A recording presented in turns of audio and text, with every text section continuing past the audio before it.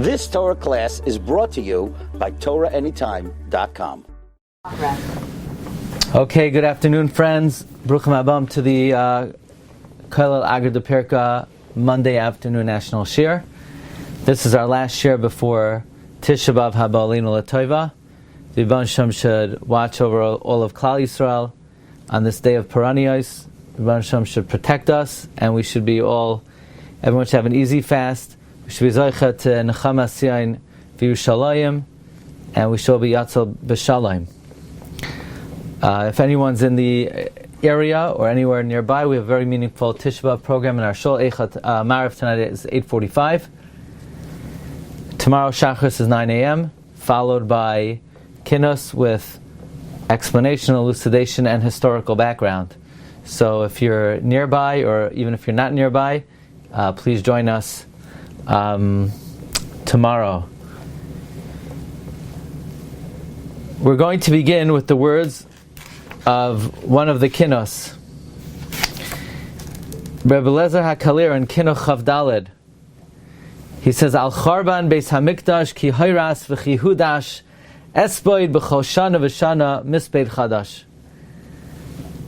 For the destruction of the Beis Hamikdash, it was torn down, it was trampled. Esboid b'chol shana v'shana, I will eulogize every year, misbeid chadash, a new eulogy.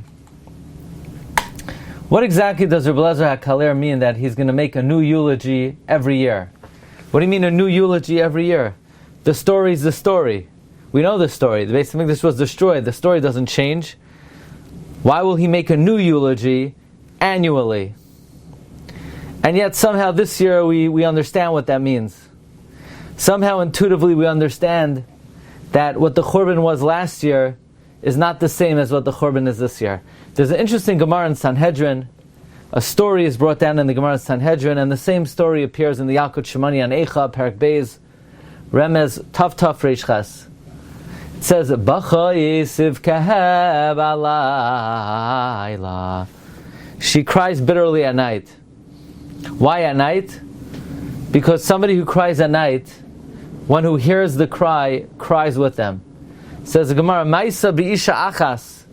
There's a story about a woman, Shechenasai Sharam Gamliel, the neighbor of Ram Gamliel, Shemei Spina. Her son died. V'hoisa boicha ala balayla. She would cry over him at night. Shama Rabban Gamliel koila. Ram Gamliel would hear her voice, ubacha kenegda, and cry with her, ad shenishu risei einav, until his eyelashes fell out. Lamachar ikir by tamida v'yitzia mishchunasai.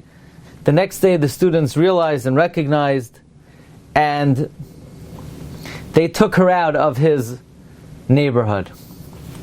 Now, what was Rabbi Gamliel crying about? When Chazal say that Rabbi Gamliel cried along with her, what was Rabbi Gamliel crying about? It is understood to mean Rabbi Gamliel was crying about the Churban Beis Hamikdash. After all, this is an interpretation of a pasuk in Eicha. Bacha Yisiv Kaheb Alayla. So Ram Gamliel was crying over the Churban Beis Hamikdash. But that's not what the woman was crying about. The woman was crying about her personal plight. The woman was crying that her son died. The woman lost her son. So if the woman was crying about her personal plight, why was Ram Gamliel crying over the Churban Beis Hamikdash? What was it about the cry of the woman that elicited avelos for the Corbin of Ram Gamliel? So Rav Gifter would say, this is quoted in the Sefer Oyhel Moshe, and it's brought in other Svarim, that he would say, in the name of the Chafetz Chaim, that people make a big mistake. They make their main focus in their tefillah, I need parnasa, I need refuah, and regarding the fact that Hashem's Shechina is in Galus and the Yerushalayim is destroyed, that's like secondary. But the Chafetz Chaim would say that's a big mistake. He would say if we had the Beis Hamikdash, then we wouldn't need to be davening for refuah. We wouldn't need to be davening for parnasa. So it's really backward. In other words, we focus on our health, we focus on our parnasa, we focus on our livelihood, and we make the tsar of the Shechina and the Churban Yerushalayim and the Chil Hashem secondary. But if Hashem's name was recognized properly and the Beis Hamikdash stood and Yerushalayim was built, then we wouldn't have other needs. And Rav Gifter would say that this principle of the Chafetz Chaim is seen in the above mentioned Medrash. In other words,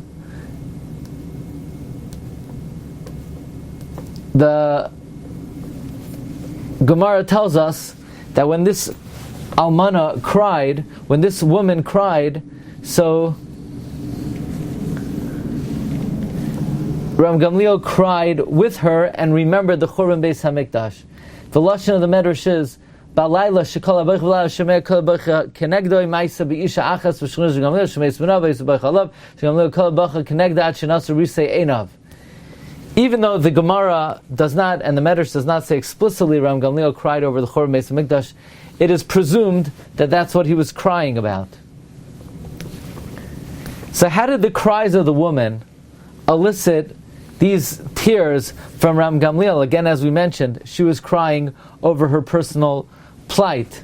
It must be that Ram Gamliel, with his sensitive soul and his discerning ear, he was able to trace the tears of the woman and recognize that this was not a isolated incident. This was not a first-time occurrence. But Ram Gamliel was able to hear in the cries of the woman the source of her trouble and the source of all tragedy and all trouble. Namely, the source of all trouble is Churban Beis Hamikdash. So when this woman cried for her personal plight, Ram Gamliel was able to look to delve and probe and identify that the source of this plight of this woman was the Churban Beis Hamikdash. In other words, from here we learn a very important principle, that all difficulty is rooted in Churban Beis Hamikdash. You know, the Mishnah says at the end of Soita that Reb Shimon Gamliel Omer,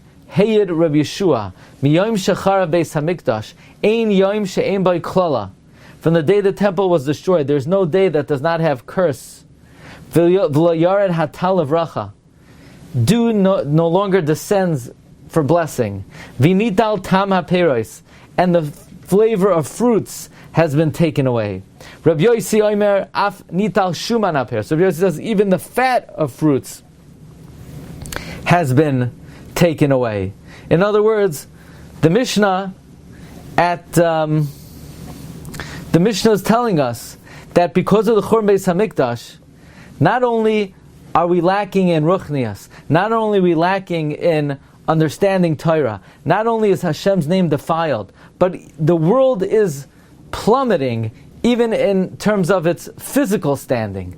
The world has been stripped of its gashmias. Every day is more cursed than the day before. The dew no longer falls for blessing. The fruits no longer taste the way they once did. Rabbi Yossi says even the fat of fruits has been taken away. Basically, the world is in a free fall. It's in a downward spiral. Says the Munkach Rebbe, this is found in the Sefer Shar Yisaschar, Ma'amorei Chodesh Av, Maimer Yimei HaMetzarim, Ois Zayin. This is what the Kalir means. Esboid b'chol shana, mispeid chadash, al ha-kodesh v'al ha-mikdash. Because whatever the Beis HaMikdash, whatever the Corbin was last year, whatever curse was in the world last year, whatever the state of Corbin was last year, it's worse this year. Everything is just worse this year. Whatever the ramifications and repercussions of Corbin were last year, it's just downright worse this year.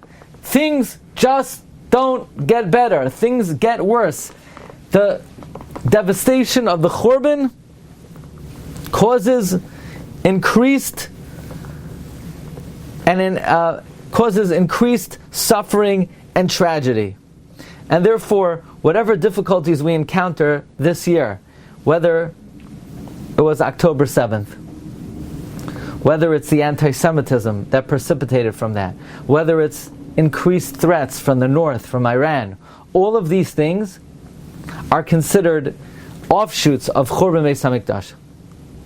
And if somebody is sensitive and somebody is sophisticated enough, they recognize that none of this would be if the Beis HaMikdash was standing. This is the idea. This is an idea that's very well accepted, that all difficulties and all tragedy is rooted in the Churban Beis HaMikdash. You know, in the year of COVID, they asked Reb Chaim Kanievsky whether one could daven that COVID should end, and whether one could daven with that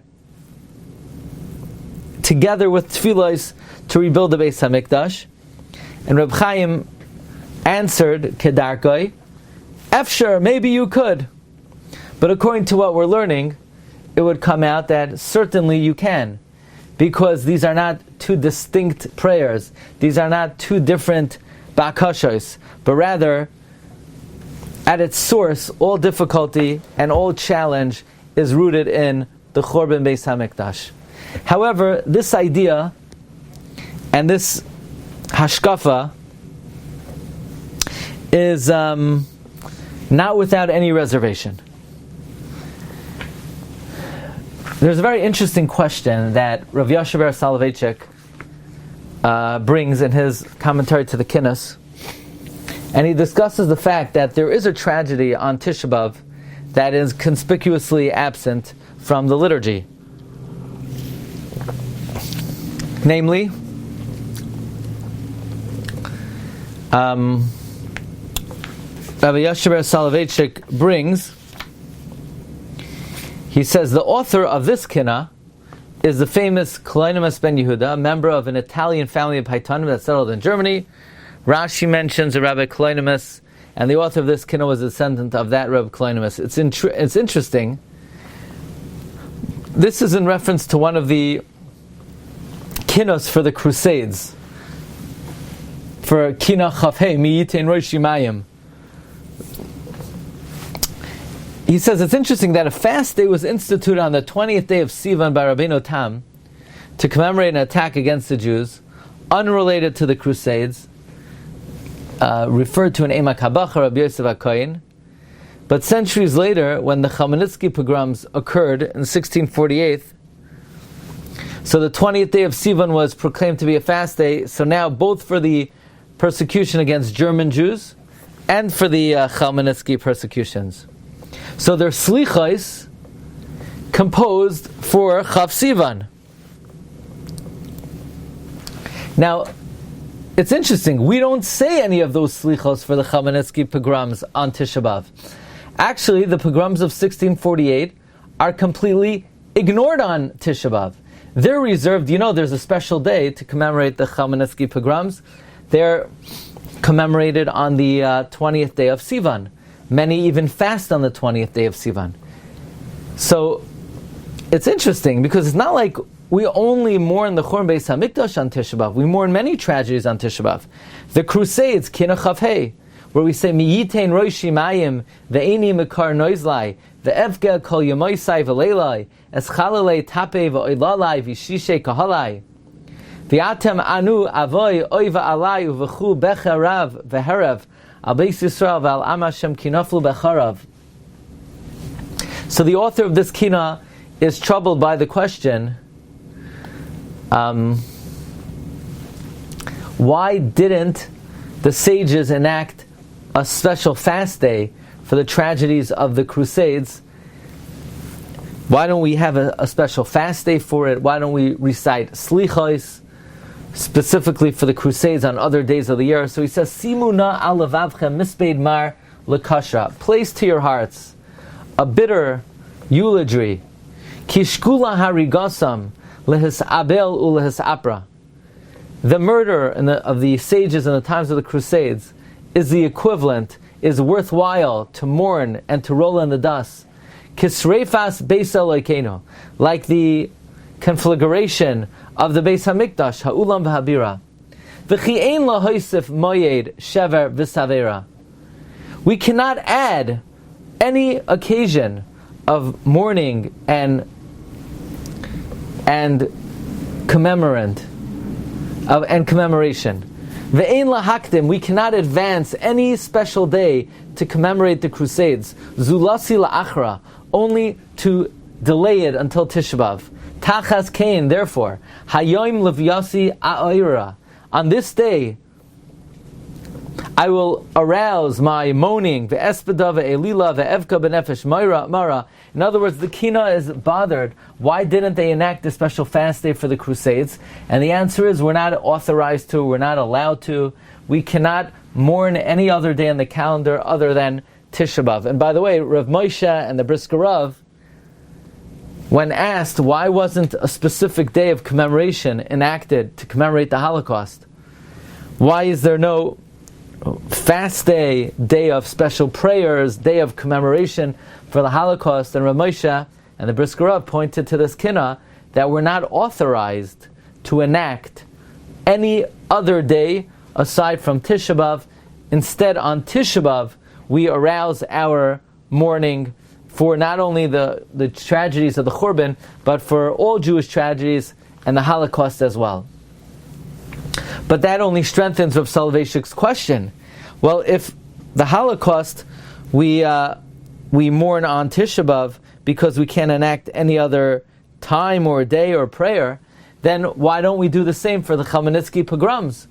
In fact, the Chmielnicki pogroms, we do have a special day to commemorate it and to mourn for that tragedy. So that's the big question. When do we say, well, we have to commemorate the tragedy on Tisha B'Av, and when do we say it has to be commemorated at a special time? And this is a question that Rav Moshe dealt with in Igros Moshe Yordei Chelek Dalet Siman Nun Zayin, where Rav Moshe writes regarding the Gezeros, where 10 times 60 myriads, meaning 10 times 60,000 Jews were killed by Hitler and the Germans, that really there should be a established day of fast and prayer. And the questioner asked Rav Moshe, why was it not? So Rav Moshe pointed to this kina, that we could not make a separate day of commemoration and mourning for the Crusades. Instead, it was commemorated on Tisha B'Av. The Gezeros of the Crusades are known as Gezeros Tatnu, where they killed many Jews and destroyed many cities throughout Europe and in Eretz Yisrael as well. So, for that very reason, that they didn't establish any special day for the Holocaust, for the Crusades, that's why we can't enact a special day for the Holocaust. But in 1648, 1649, Chmielnicki, the head of the Cossacks, killed in the Ukraine and in Poland, he killed tens of thousands of Jews, and they made a fast day, and they said Slichos on the 20th of Sivan. So Rav Moshe says there's a very basic distinction between the Chmielnicki pogroms and the Holocaust. He says, first of all, the Chmielnicki pogroms were limited to a specific place. They're only in one Medina, in part of a Medina. And the basic difference, as Rav Moshe, is the Chmielnicki pogroms were not inflicted by the reigning sovereignty and the reigning government, and therefore only a tragedy that was inflicted by the reigning government, by the power that is a reflection of Churban Beis Hamikdash. But the Chmielnicki pogroms, the Cossack rebellion, was rebellion against the government. It was anti-government, anti-establishment. The government would have protected the Jews if they were able to, and they tried to. So it's not a result of us being in the Galus, only a tragedy. He said, Rav Moshe says, not a result of us being in the Galus so much, meaning certainly it is indirectly caused by us being in Galus, but it's not a direct result, because even the Malchus would have protected us if they could. It's only considered connected to the Galus if it's inflicted by a government itself. So by the Holocaust, which was inflicted by the government itself, or as Rabbi Moshe says, only if those sins that we are chayiv galus is the reason why we're being punished again in a later situation. So be it as the Meir Moshe says, the Holocaust is subsumed in Tish B'Av because that was inflicted by the government. The Crusades are subsumed in Tish B'Av because that was inflicted by the government, but not the Chmielnicki pogroms. The Chmielnicki pogroms were not inflicted by the government. So according to Rabbi Moshe, there's a much higher threshold of how to define a tragedy that we could say this tragedy happened because of Churban Beis HaMikdash. You see, in the first approach, even if you hear an almana crying, Rabbi Gamliel would be able to discern in her tears that it was rooted in the Churban Beis HaMikdash. But that's one approach to the Medrash. But here we're seeing that Rabbi Moshe has a higher requirement. There's a higher threshold. And Rabbi Moshe is not willing to say that every Jewish tragedy is rooted in the Churban Beis HaMikdash. So according to Rabbi Moshe, it's not so clear that we could say, well, Tisha B'Av is reserved to commemorate all Jewish tragedy. Well, Holocaust, yes, that's a result of the Corbin. Would October 7th be a result of the Corbin? Presumably, it would as well, because we're now because of the Corbin, we're subject to something called Galus Yishmael. But it's not as clear, according to Rabbi Moshe, that every tragedy could be observed on Tisha B'Av. But there is an aspect of that could be very useful and a tool that we could all take advantage of to think about other tragedies other than the Corbin, not necessarily that they're rooted in Churban Beis HaMikdash, but they could help us deepen our feeling about the Corbin, and this may be another alternative way to understand what Rabbi Gamliel was doing. You know, Shlomo HaMelech says in Koheles, B'yoim taiva hayeh b'taiv. On a good day, be good. U'v'yoim ra'ah ra'eh. And in a time of difficulty, reflect. What does this pasuk mean? B'yoim taiva hayeh b'taiv. So let's give an example. Here's a guy, he had a delicious sandwich.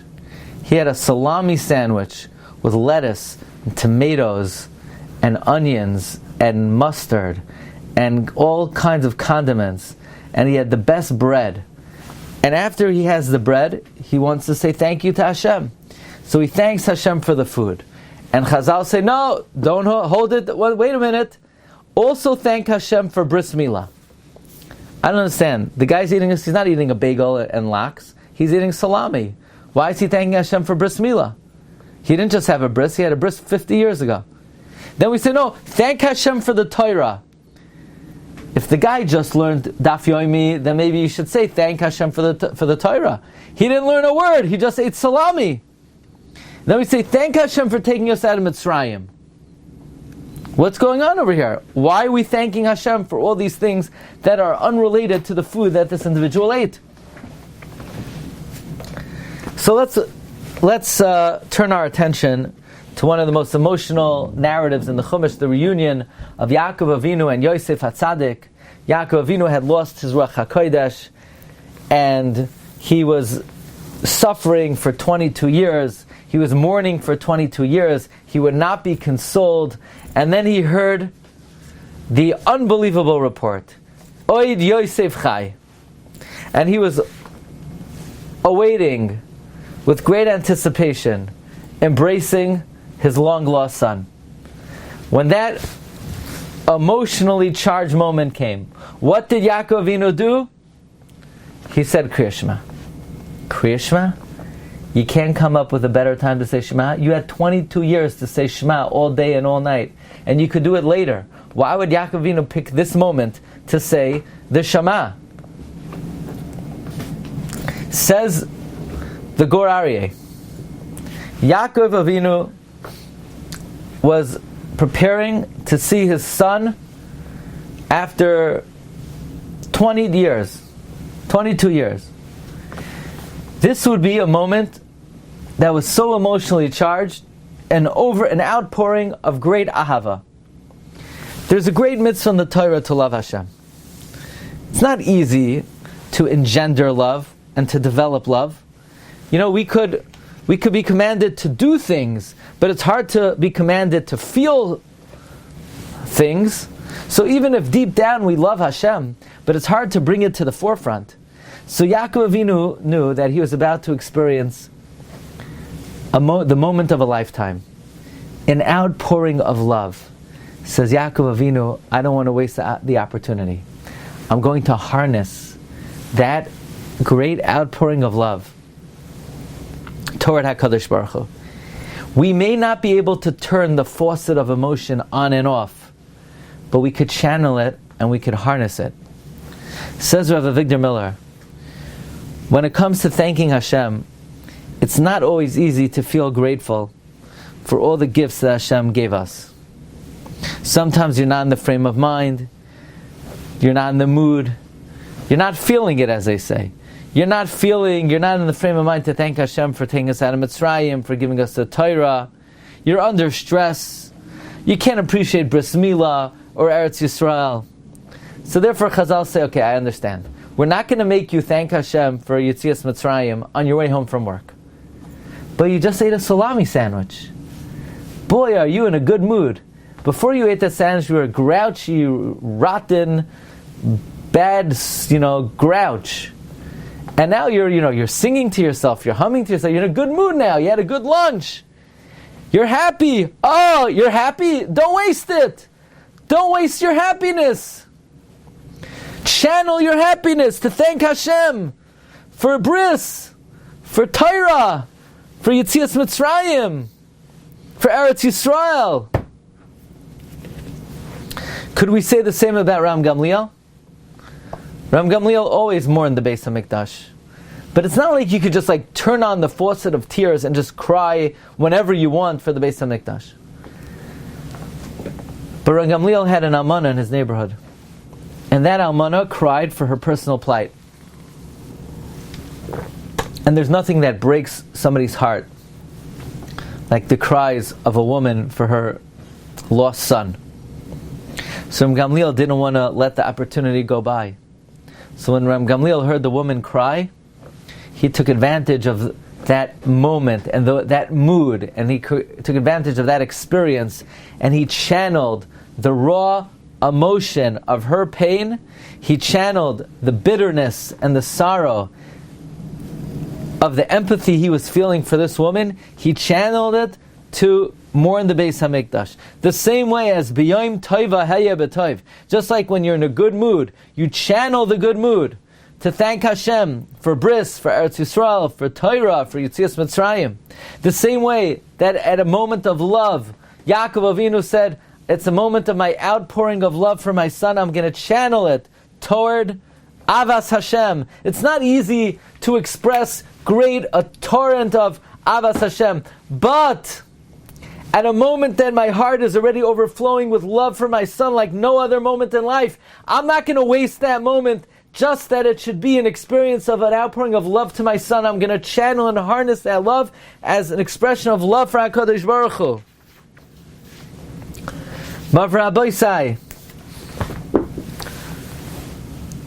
The tragedies of October 7th, there's no question that they're rooted in Churban Beis HaMikdash.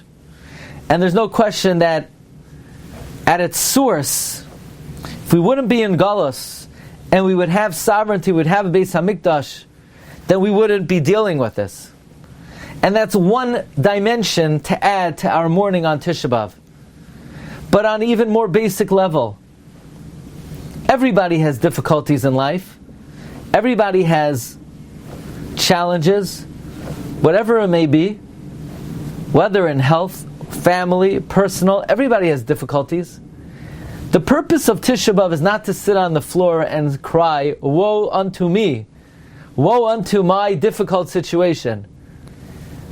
But it sure could help if you use the difficulties that a person is facing to put yourself into the mood and then to channel those feelings, to feel avelus for the Churban Beis Hamikdash, and the most important hargasha, and the most important way of expressing avelus is to be misabel and mitzta'er that the Shechina is in galus, the pain of the Shechina, the pain of the Shechina, how much pain the Shechina feels.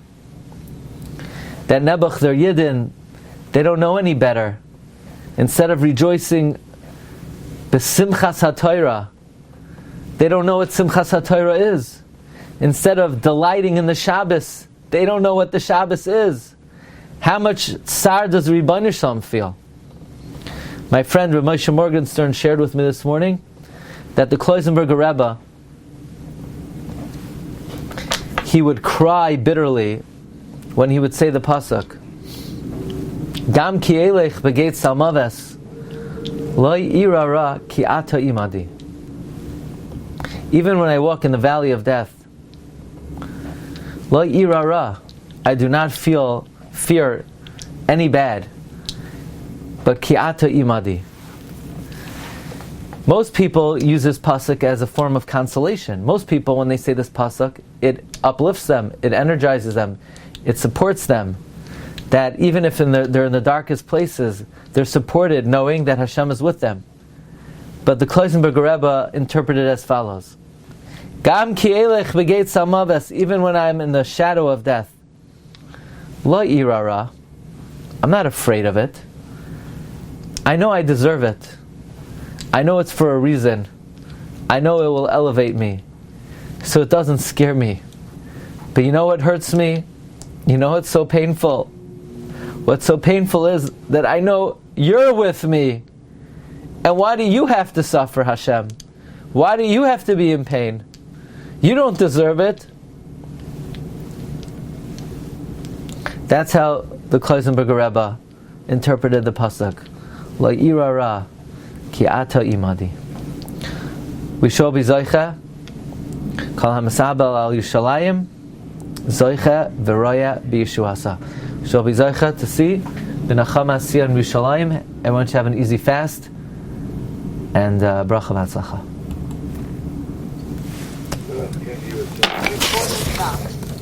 You've just experienced another Torah class brought to you by TorahAnytime.com.